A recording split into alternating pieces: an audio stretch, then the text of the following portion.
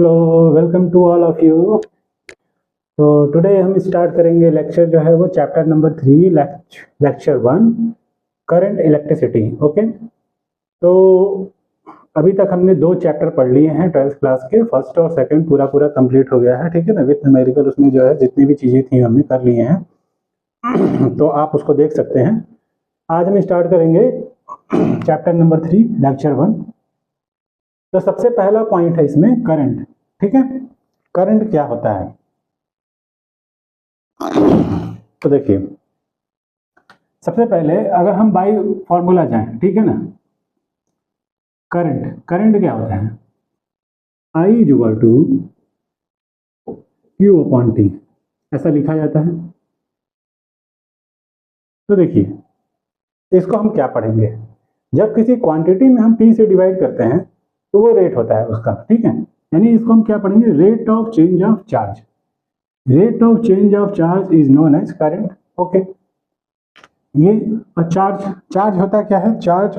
देखिए, करंट का मतलब ये होता है कि किसी भी सिस्टम में जो फ्री इलेक्ट्रॉन है, ठीक है ना, वो क्या हो जाए, एनर्जी पाके मूवमेंट में आ जाए, ठीक है ना। मान लीजिए कोई सिस्टम में इलेक्ट्रॉन तो मौजूद है हर जगह, ईच एंड एवरी, ठीक है ना, लेकिन वो लूजली बॉन्डेड है, स्ट्रांगली बॉन्डेड है न्यूक्लियस के साथ। कैसे है वो सिस्टम में, ठीक है ना। तो कितनी एनर्जी चाहिए, कम एनर्जी चाहिए या ज़्यादा एनर्जी चाहिए, उस बात पे निर्भर करता है, ठीक है ना, कि सिस्टम कंडक्टर है या इंसुलेटर है या ये सारी चीज़ें हैं, ठीक है। लेकिन करंट क्या होता है, नंबर ऑफ इलेक्ट्रॉन्स कितनी तेजी से फ्लो कर रहे हैं। अगर वैल्यू ऑफ करंट हाई है मींस क्या है, this is proportional to charge, means number of electron more, means current क्या है, ज़्यादा है। यानी कि 1 सेकंड में जितना ज़्यादा नंबर ऑफ इलेक्ट्रॉन फ्लो कर जाए वही क्या है उसका electricity, rate of change of charge, ठीक है ना। बाई फॉर्मूला तो ये हो गया rate of change of charge, ठीक है। लेकिन हम क्या समझते हैं इसको, इलेक्ट्रिसिटी में करंट का मतलब ही है कि इलेक्ट्रॉन का फ्री होकर मूवमेंट करना, ठीक है। अब माइक्रो लेवल पे भी करंट होता है, ठीक है ना, मिली एम्पियर भी होता है, एम्पियर भी होता है, ठीक है, उससे ऊपर भी हो सकता है। तो कहने का मतलब ये है कि electricity totally depend on the number of current, ठीक है ना, in a system is free form में, ठीक है ना। फ्री फॉर्म में होगा तो हम फ्री फॉर्म में आएगा कैसे, फ्री फॉर्म में जब भी आने की बात होगी तो उसको हम क्या करेंगे, एक्सटर्नल एनर्जी हम देंगे। और एक्सटर्नल एनर्जी किस फॉर्म में देते हैं, हम क्या करते हैं, पोटेंशियल अप्लाई करते हैं, ठीक है ना। तो पोटेंशियल डिफरेंस क्रिएट करते हैं, ठीक है, पोटेंशियल डिफरेंस क्रिएट करते हैं। एक सिरे पे क्या करते हैं प्लस, तो दूसरे पे माइनस, उस बेसिस पे क्या होता है, पोटेंशियल डिफरेंस क्रिएट होता है। तो हाई पोटेंशियल से लो पोटेंशियल की तरफ चार्ज का फ्लो होता है। चार्ज फ्लो मीन्स इलेक्ट्रॉन का flow, electron flow means you get the current. Okay, अब यही जो करंट होती है, जैसे कंडक्टर होता है, इंसुलेटर या सेमी कंडक्टर, ठीक है। कंडक्टर की खास बात क्या होती है, उसमें स्मॉल अमाउंट ऑफ एनर्जी आप प्रोवाइड करते हैं तो क्या होता है, इलेक्ट्रिसिटी तुरंत मिलने लगती है, ठीक है। इंसुलेटर में क्या है, उसमें कंडक्टिविटी क्यों नहीं मिलती है, क्योंकि हम क्या करते हैं, हम स्मॉल अमाउंट ऑफ एनर्जी, जितनी एनर्जी यहाँ दे रहे हैं कंडक्टर में उतनी एनर्जी दे के हम चाहते हैं उसमें कंडक्टिविटी मिल जाए, तो ऐसा पॉसिबल नहीं होता है। ऐसा पॉसिबिलिटी इसीलिए नहीं होता है क्योंकि जो इंसुलेटर रहते हैं, इलेक्ट्रॉन वहाँ पे भी हैं, वहाँ आप छड़ी, ठीक है ना, ये फिनोमिना क्रिएट कर सकते हैं, लेकिन कंटिन्यूस नहीं क्रिएट कर सकते। उसके लिए बहुत लॉट ऑफ एनर्जी आपको रिक्वायरमेंट होगी। उस जब ज़्यादा एनर्जी देंगे ना तो कोई भी चीज़ क्या होता है, बहुत ज़्यादा, जितनी जिसकी ज़रूरत है ना, अगर उसको उतना दे दिया जाए तो वो काम करेगा। लेकिन हम क्यों बहुत सारा एनर्जी एक्सपेंड करके और उसके बाद से हम क्या करेंगे, जो इलेक्ट्रिसिटी को प्राप्त करें, जब हमारे पास रिसोर्सेज अवेलेबल है कंडक्टर, ठीक है ना, कंडक्टर चीज। और सेमी कंडक्टर क्या होता है, वो हम क्या करते हैं, किसी विशेष पर्पज़ के लिए जहाँ पे ज़रूरत होती है उसका यूज़ करते हैं। वो डिपेंड करता है टोटली जो है वो टेम्परेचर पे, ठीक है ना। टेम्परेचर इंक्रीज डिक्रीज पे उसकी वैल्यू जो है कंडक्टिविटी बढ़ती है या घटती है, ये बात हम बाद में करेंगे। लेकिन अभी हम फिलहाल बात कर रहे थे what is current, the rate of change of charge is known as current, ठीक है ना। अगर हम क्यू को हम यहाँ पे क्या लिख दें, any total number of charge क्या होता है, if a system contain 1 electron charge is Q is equal to E.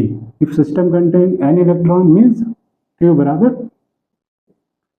1 electron मतलब, ठीक है, 2 इलेक्ट्रॉन मतलब 2E, n number of electron है नहीं पता है तो n इंटू E, ये हो गया, ठीक है। तो Q बराबर n, ये भी दिमाग में रखेंगे, नंबर ऑफ इलेक्ट्रॉन ही तो काउंट करते हैं चार्ज के लिए।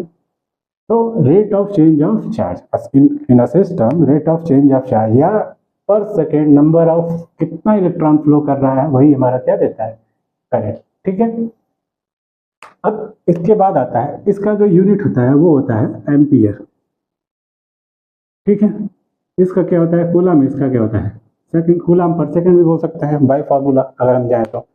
ठीक है, अब इसके बाद आता है पॉइंट, करंट तो समझ में आ गया कि rate of change of charge, number of, ठीक है ना, इलेक्ट्रॉन्स जितना भी ज्यादा फ्लो होगा, ठीक है ना, वही हमारा क्या देगा, इलेक्ट्रिसिटी देगा, है ना, पर सेकंड। ठीक है ना, एक सेकंड में जितना नंबर ऑफ इलेक्ट्रॉन फ्लो होता है वो हमारा इलेक्ट्रिसिटी यानी करंट की वैल्यू होती है। अब बात आती है, करंट हो गया, अब आता है ओम्स लॉ। ठीक है, ओम्स लॉ क्या है,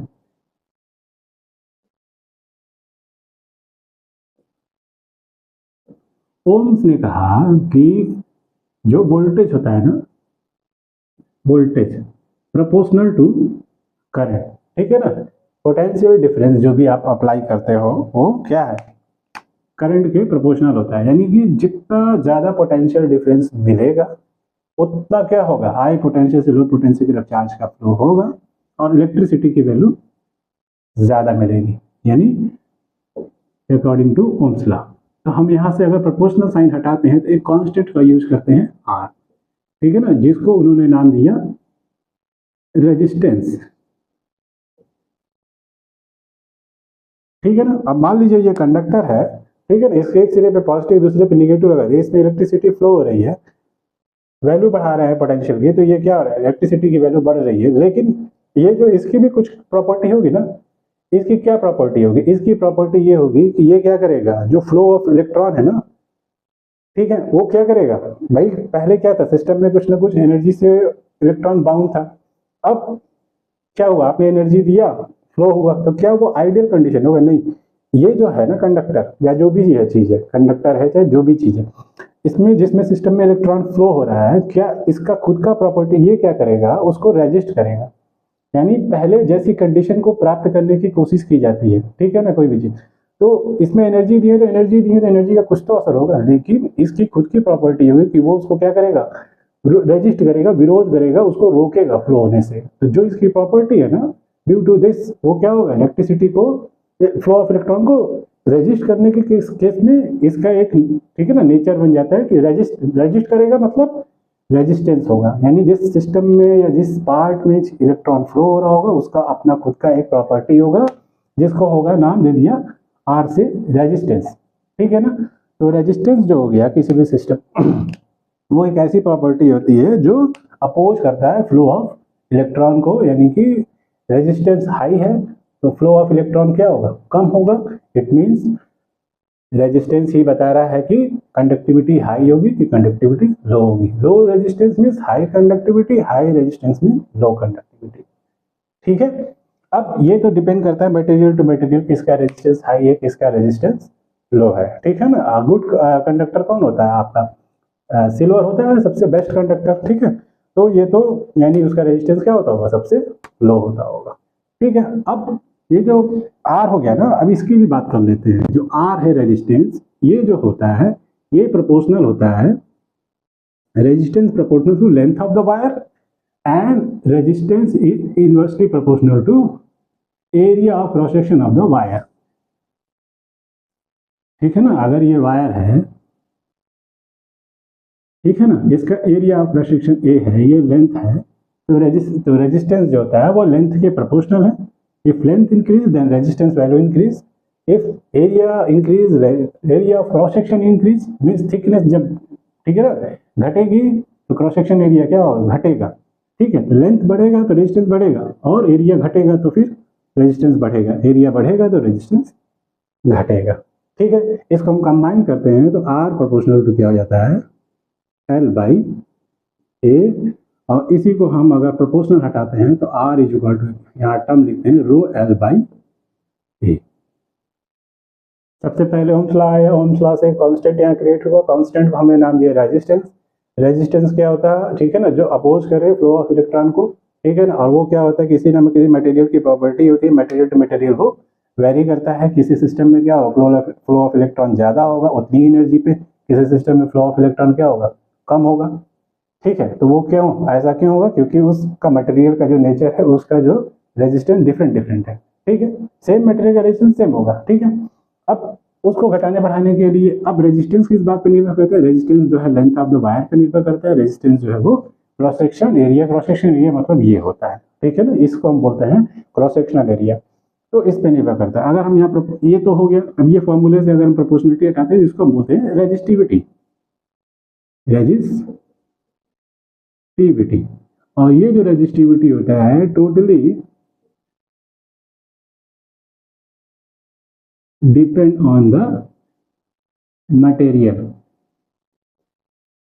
और किसी भी चीज पे डिपेंड नहीं करता है। ठीक है ना, अगर रेजिस्टिविटी ज्यादा है मीन्स कंडक्टिविटी कम होगी, रेजिस्टिविटी कम है तो कंडक्टिविटी ज्यादा होगी।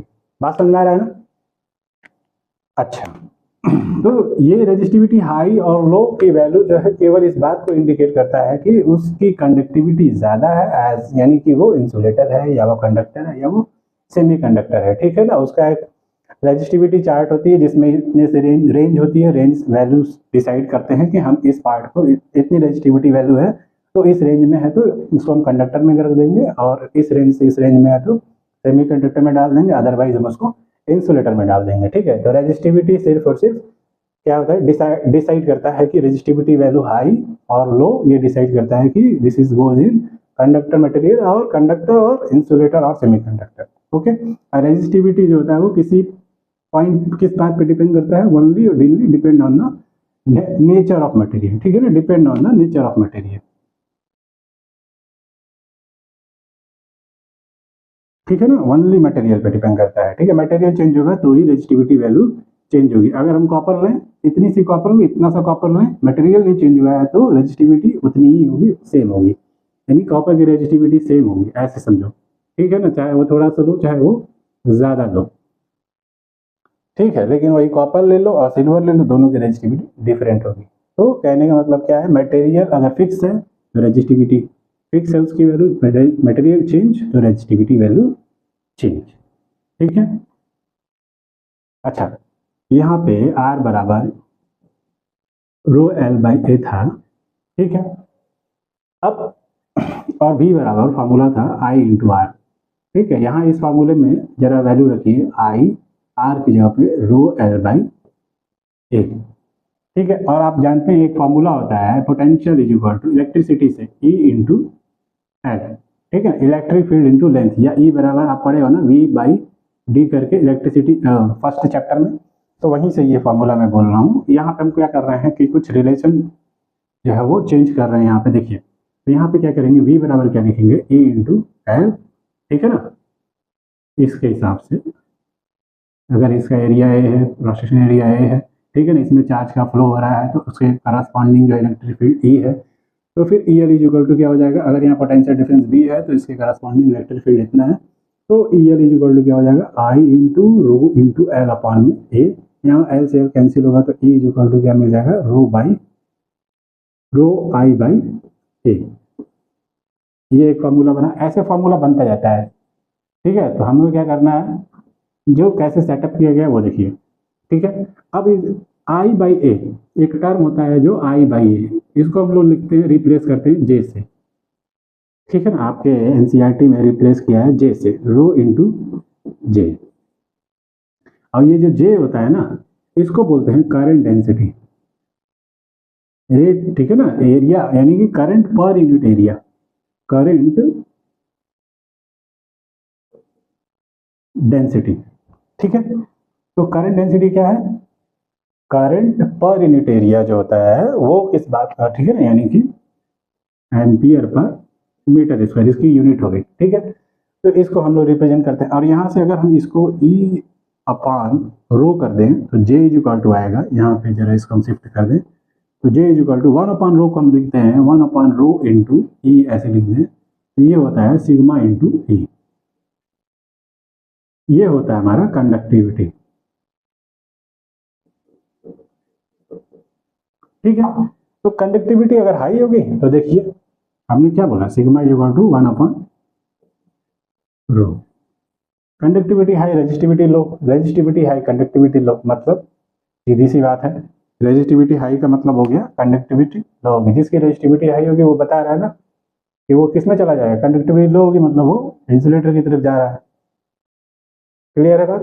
तो ये जो रिलेशन बिल्ड हुआ है ना यहाँ से V बराबर आई आर से, आर को हमने रो एल बाई ए रखा, ये फार्मूला, ठीक है ना, ये ध्यान रखना है। फिर उसके बाद से ये कन्वर्जन कैसे किया, आई बाई ए को हमने करंट डेंसिटी लिखा, ठीक है। करंट पर यूनिट एरिया जो होता है करंट डेंसिटी को बताता है। तो ये सब इंडिविजुअल फार्मूला है कैसे कनेक्शन सेटअप होता है। फिर V को हम V रिलेशन जानते हैं, ठीक है ना, E इंटू डी होता है या E इंटू एल लिख सकते हैं, ठीक है ना। करस्पॉन्डिंग लेंथ के जो फ्लो ड्यू टू चार्ज, ये क्या है, फील्ड जो क्रिएट होगा इलेक्ट्रिक फील्ड E, और ये लेंथ D, तो उसका जो मल्टीप्लिकेशन होगा वो क्या देगा, पोटेंशियल डिफरेंस देगा। तो इस तरीके से हम ये फार्मूला को सेटअप कर सकते हैं, ठीक है। ये फार्मूला, ये फार्मूला, ये फार्मूला, इस तरीके से तमाम फार्मूले को सेटअप किया जा सकता है, ठीक है। तो बस दो फार्मूले याद रखेंगे, आर बराबर रो एल वी बराबर आई आर, और आई बाई ए को हम करंट डेंसिटी बोलते हैं। तो ये तमाम तरह के फार्मूले सेट हो जाएंगे। तो कभी भी क्या करते हैं ना कि कैसे फार्मूला आया है ना, ये बात दिमाग में अगर रह जाए तो फार्मूला भूल भी जाए तो कुछ भी दिक्कत नहीं आने वाली है, ठीक है, यानी आराम से काम हो जाता है। इसके बाद से ओम्स लॉ के बाद आता है आपका ड्रिफ्टिंग, ठीक है। एक टर्म दिया है आपके एनसीईआरटी में, drifting of electron.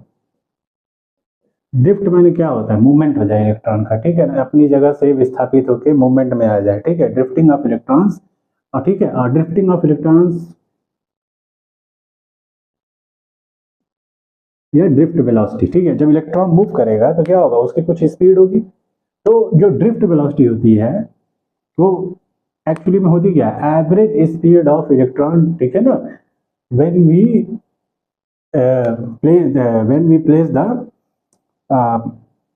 Cross sectional wire या समथिंग जो भी होता है उसको हम प्लेस करें एक फील्ड एरिया में, तो क्या होगा, जब किसी इलेक्ट्रिक फील्ड एरिया में, ठीक है ना, मान लीजिए ये कोई वायर है, ठीक है ना, उसका स्मॉल पोर्शन हम ले रहे हैं डेल्टा एक्स, ठीक है ना। इसका जो क्रॉस सेक्शन एरिया है ए है वो तो चेंज होगा नहीं, छोटा, ठीक है ना।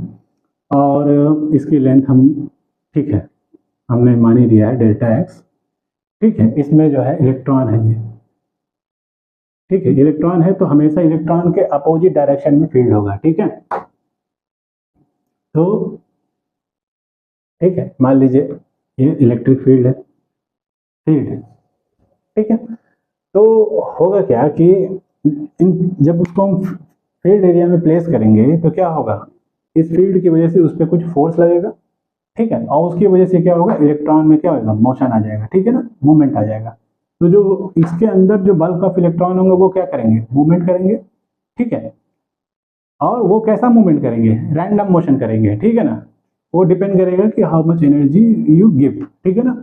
तो मान लीजिए हमने किसी फील्ड एरिया में इसको प्लेस कर दिया, तो सपोज कर लीजिए कि वो इलेक्ट्रॉन क्या हो गए, मूवमेंट में आ गए, मूवमेंट में आ गए तो उसकी अपनी खुद की कोई स्पीड होगी उनकी, मान लिया कि उनकी स्पीड है वीडी, वीडी मतलब drift, drift due to drifting, ठीक है ना, due to presence of electric field electron, ठीक है ना। इलेक्ट्रॉन है गेट, इलेक्ट्रॉन के पास क्या हो गया, मोशन अपना मिल गया, और मोशन की वजह से क्या हो रहा है, वो मूव कर रहे हैं इन अ रैंडम मोशन, ठीक है। तो मान लिया कि वी डी उनकी स्पीड हो गई। अब जरा से यहाँ से देखिए, अगर हम मान लें कि इसमें टोटल चार्ज जो है वो क्यू बराबर फॉर्मूला क्या होता है, ठीक है, I into rate of change of charge होता है ना। तो यहाँ से क्या लिखेंगे, I into delta T, Q बराबर लिख सकते हैं। और यहाँ से अगर हम ये देखें स्पीड, वी डी बराबर क्या हो जाएगा, कितना डिस्टेंस, मान लीजिए कि मान लीजिए कि ड्रिफ्ट हो गया इलेक्ट्रॉन, इलेक्ट्रॉन ड्रिफ्ट होने की वजह से कितना डिस्टेंस, मान लीजिए यहाँ डेल्टा एक्स हमने लिया है, तो वो मूवमेंट किया डेल्टा एक्स डिस्टेंस, ठीक है, इन कितना डेल्टा टी टाइम में, ठीक है। मान लीजिए इसी स्पीड से उसने मूव किया, डेल्टा एक्स बराबर होगा कि इतनी डिस्टेंस अगर वो कवर किया तो क्या हुआ, स्पीड अपॉन में टाइम होता है, यही फॉर्मूला होता है, ठीक है। And due to electric field, electric field की वजह से उस पर जो फोर्स लगा वो कितना मिला, Q इंटू ई, या अगर एक इलेक्ट्रॉन है तो E इंटू ई, ठीक है। और फोर्स की वैल्यू क्या होती है, मास इंटू एक्सेलरेशन, तो एक्सेलरेशन ऑफ इलेक्ट्रॉन कितना हो गया, E into E by M, हम क्या कर रहे हैं, एक रिलेशन सेटअप करने जा रहे हैं, ठीक है।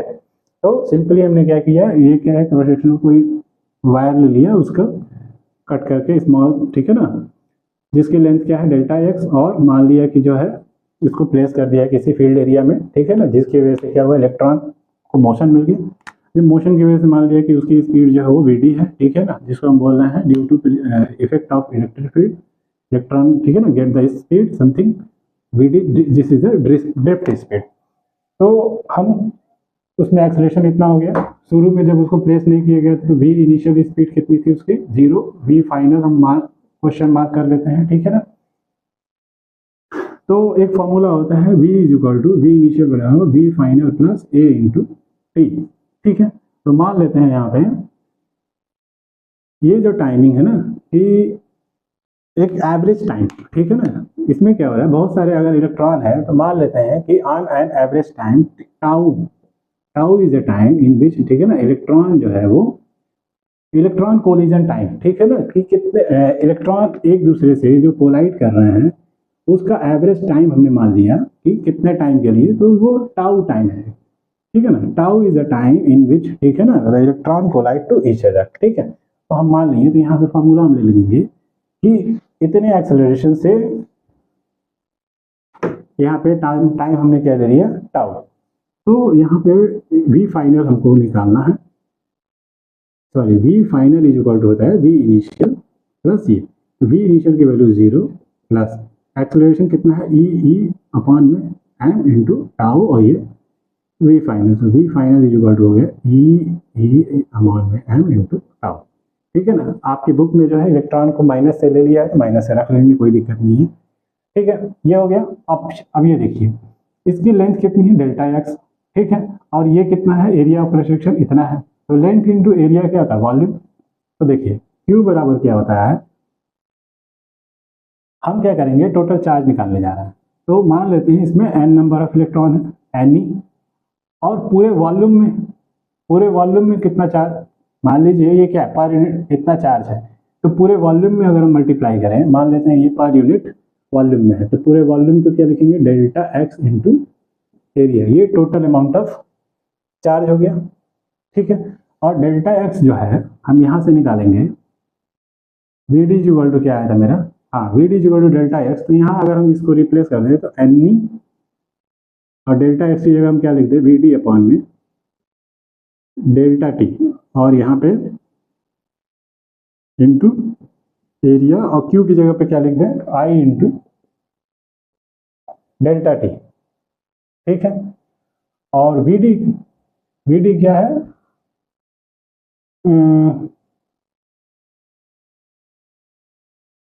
ओके ओके, हाँ ये जो वी फाइनल आया ना, ये इसको आप रिप्लेस करिए वी डी से, ठीक है ना, यानी कि जो फाइनल स्पीड मिल रही है इन प्रेजेंस ऑफ फील्ड वो हो क्या रही है, ड्रिफ्ट वेलोसिटी तो मिली, इनिशियली वो 0 स्पीड पे था, बाद में जो उसको स्पीड मिली उसको हमने मान लिया एवरेज स्पीड को, as a drift, electron drift हुआ है तो उसकी वजह से हम उसको नाम दे दिए हैं V D as a drift velocity. तो इस वी डी को आप यहाँ रिप्लेस करेंगे तो क्या हो जाएगा, एन ई वी डी की जगह E into capital E upon में स्मॉल एम इंटू ये एरिया, ठीक है, और ये टाउ टाइम हमने हटा दिया, ये आई इंटू डेल्टा टी, ठीक है। और कुछ था इसमें,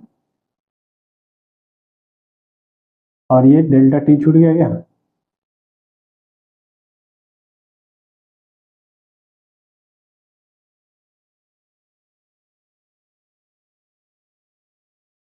ये थोड़ा सा गलत लिख दिया, V D equal to delta X upon में डेल्टा टी होगा, ठीक है ना, मल्टीप्लाई में लिख दिया, तो यहाँ से ये कितना आ जाएगा, डेल्टा एक्स की जगह पे वी डी इंटू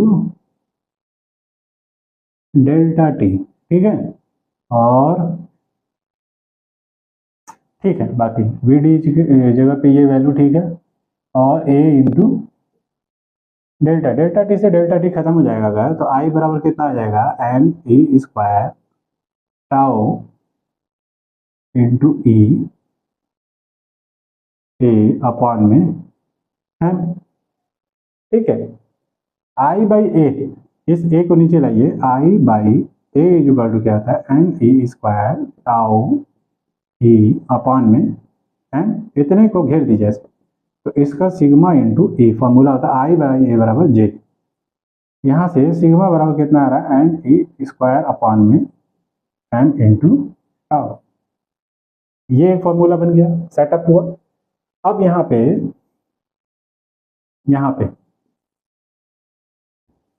क्या था, अगर ये डेल्टा टी से डेल्टा टी कैंसिल हो जाए तो क्या बचेगा, I is equal to N E V D into A. तो यहाँ से अगर हम ड्रिफ्ट वेलोसिटी निकालें तो कितना आ जाएगा, आई बटे एन ई ई। ठीक है ना। यहाँ जो एन है ना वो number of electron per unit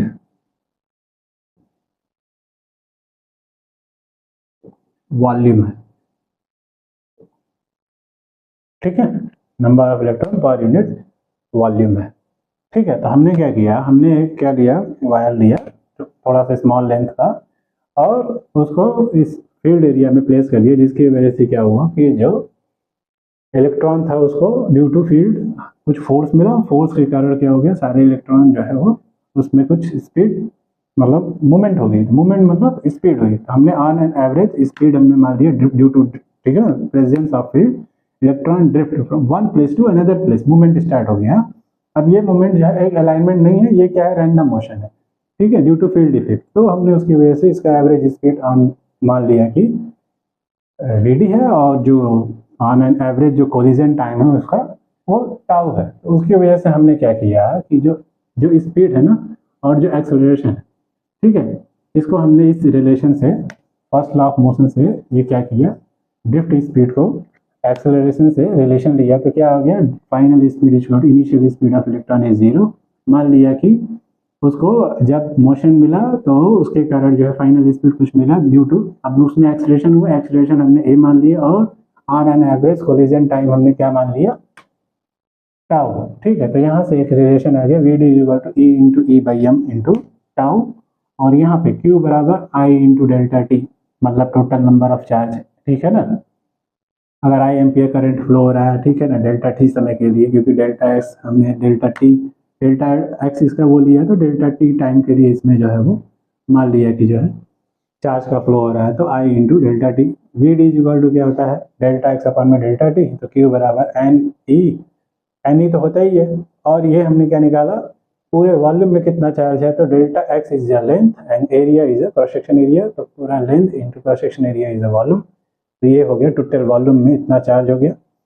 अब फार्मूला वही है, आई इंटू डेल्टा टी को हमने इसी फार्मूला से, क्यू ये भी है क्यू ये भी है, दोनों को इक्वेट किया, तो यहाँ से डेल्टा टी से डेल्टा टी कर गया, तो ये फार्मूला आ गया, वी डी इक्वल टू आई बटे एन ई ए। फिर एक और सेटअप किया, वी डी बराबर यहाँ से इसमें पुटअप किया और इसको सॉल्व किया, तो आई बराबर कुछ ऐसे आ गया। आपने क्या किया, ई को अलग कर दिया, बाकी सब टर्म को एक साथ रख लिया और ए को इधर लाया। आई बाई ए जो होता है वो करंट डेंसिटी होती है, तो ये रिप्लेस कर दिया और इतने को घेर के सिग्मा लिख दिया। सिग्मा जो है वो इसके बराबर हो गया। तो इस तरीके का कुछ सेटअप जो है वो है, ये फार्मूला है। फार्मूला जो है V D equal to drift velocity equal to current upon में number of electron per unit volume into electron, ये ऐसे कुछ करके फार्मूला हो गया। तो ये फार्मूला मुझे बुक में आपके दिया हुआ था, कैसे आया मेरा काम था वो बताना। ठीक है, कुछ खास नहीं है। ठीक है, तो ये सेटअप करने आना चाहिए इस तरीके का रिलेशन, ठीक है ना, इक्वेट करके ये सेटअप किया। ओके, और कुछ खास नहीं था इसमें। कभी कभी लिखने में गलती हो जाती है, ठीक है ना, उसके लिए सॉरी। और वो तो पता चल ही जाएगा ना, जब आप सेटअप करोगे तो जो है अपने आप पता चल जाएगा कि क्या लिखने में गलती हुई थी। ठीक है, अभी कोई इस पे बेस्ड क्वेश्चन था तो कह रहा है कि क्वेश्चन है एग्जाम्पल का 3.1, कह रहा है estimate the average drift speed, V D find out करना है, और आपको दिया हुआ है क्रॉस सेक्शनल एरिया दिया हुआ है 1.0 10 टू द पावर -7 और मीटर स्क्वायर हो गया, और उसके बाद से करंट दे दिया है आई इक्वल टू 1.5 एम्पियर। ठीक है, अब उसके बाद से एज्यूम करना है ईच कॉपर एटम कंट्रीब्यूट रफली 1 कंडक्शन इलेक्ट्रॉन, एक कॉपर एटम जो है वो 1 कंडक्शन इलेक्ट्रॉन दे रहा है, तो total number of copper atom निकाल लेना। यहाँ पे ऐसा क्वेश्चन दिया हुआ है कि estimate the average drift speed of the conduction of electron in a copper wire, ठीक है, of a cross section area दिया हुआ है, कैरिंग अ करंट दिस, और ये मान के चलना है कि एज्यूम करना है कि each copper atom contribute 1 electron, एक एटम 1 इलेक्ट्रॉन दे रहा है। तो हम क्या करें, और डेंसिटी ऑफ कॉपर दिया हुआ है, कितना दिया है भाई, 9.0 इंटू 10⁻³ kg पर metre cube, and its atomic मास,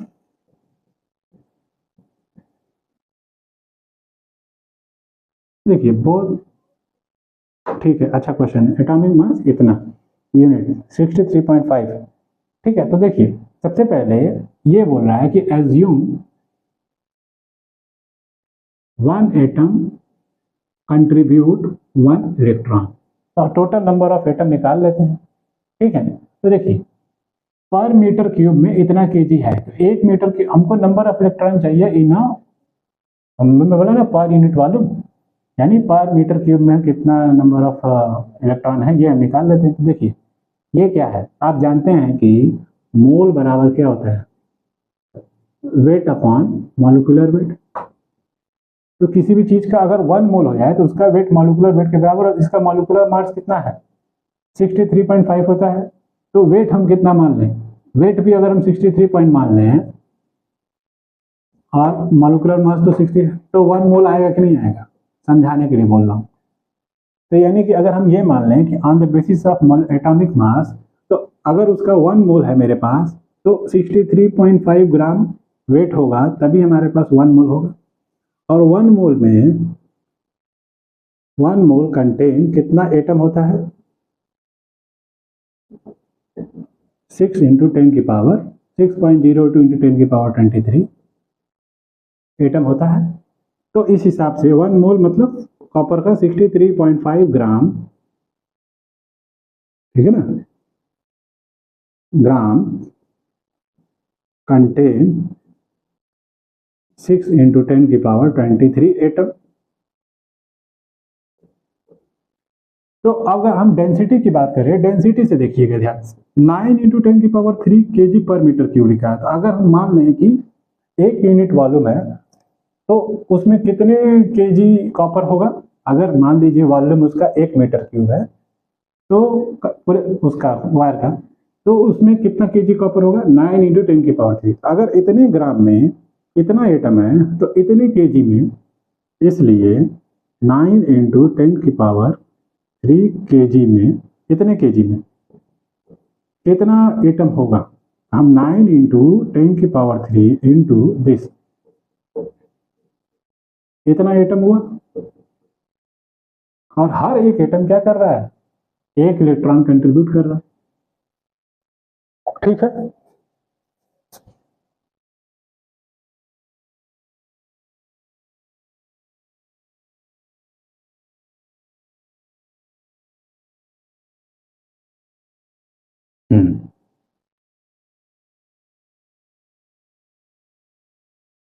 तो इतना ग्राम कंटेन इतने नंबर ऑफ एटम,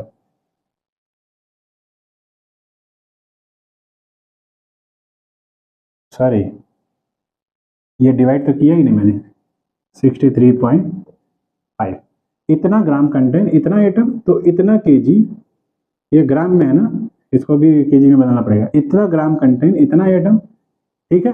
वो ये मोल के कॉन्सेप्ट से देखिएगा, 1 मोल होगा तो इतना ग्राम होगा, और 1 मोल में इतने नंबर ऑफ एटम होते हैं, तो उस बिहाफ पे 63.5 ग्राम में इतना एटम हुआ, तो इतने केजी में कितना, या तो इसी को ग्राम में बदल लीजिए, क्योंकि ये ग्राम है तो ये ग्राम कर लीजिए, तो ऊपर क्या कर दीजिए 10⁻3 से, भाई 1 केजी में 1000 ग्राम होता है ना, तो 10⁻3 को यहाँ पे, इसको 10, चलिए ये केजी को ग्राम कर दीजिए, 6 कर दीजिए, 10⁻6 ग्राम कर दे रहे हैं, ठीक है, समझाने के लिए। तो इतना ग्राम में इतना गुणे इतना बटे इतना, ये आ गया इतने नंबर ऑफ एटम। और इतने नंबर ऑफ एटम, एक एटम एक इलेक्ट्रॉन दे रहा है, तो यहाँ पे हम करेंगे, इसलिए टोटल नंबर ऑफ इलेक्ट्रॉन कितने होंगे इज इक्वल टू एक एटम बराबर 1 इलेक्ट्रॉन, तो 1 से इस पूरे में मल्टीप्लाई कर दीजिए, 9 10 की पावर 6। आप बुक देखेंगे, आपको समझने में थोड़ी दिक्कत आएगी, नहीं समझ आएगा। इतने इलेक्ट्रॉन, ठीक है, तो इतने इलेक्ट्रॉन हो गए। अब करना क्या है, ठीक है, वीडी हमको निकालना है। वीडी बराबर फॉर्मूला क्या है, आई बटे एन ई ए, अभी पीछे फॉर्मूला निकाले थे ना, तो आई की वैल्यू दिया हुआ 1.5, एन जो है वो क्या है, अभी हम क्या किए हैं, डेंसिटी के हिसाब से वॉल्यूम कितना मान लिए हैं, 1 यूनिट मतलब 1 मीटर क्यूब। जब 1 मीटर क्यूब मान लिए हैं वॉल्यूम, तो मास देखिए, हम मास कितना लिए हैं, 9 × 10⁶ ग्राम लिए हैं ना, तो m बराबर क्या होता है, वॉल्यूम इंटू डेंसिटी।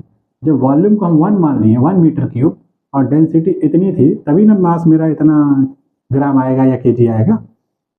करके देख लीजिए, हमने वो वॉल्यूम को सपोज कर लिया, तो देखिए हमने अभी नंबर ऑफ इलेक्ट्रॉन क्या बोला था, ये जो नंबर ऑफ इलेक्ट्रॉन आया वो पर यूनिट वॉल्यूम आया। क्यों, क्योंकि डेंसिटी हमको मास दिया है, डेंसिटी दिया था लेकिन हम उसको मास की तरह लिखे हैं। क्यों, क्योंकि हम मान लिए हैं कि वॉल्यूम क्या था, 1। देखिए m बराबर वॉल्यूम इंटू डेंसिटी, वॉल्यूम को अगर 1 मीटर क्यूब मान लें, तभी ना डेंसिटी 9 × 10⁻3, इसका यूनिट केजी पर मीटर क्यूब, और ये 1 मीटर क्यूब, ये मीटर क्यूब हम केजी आ गया।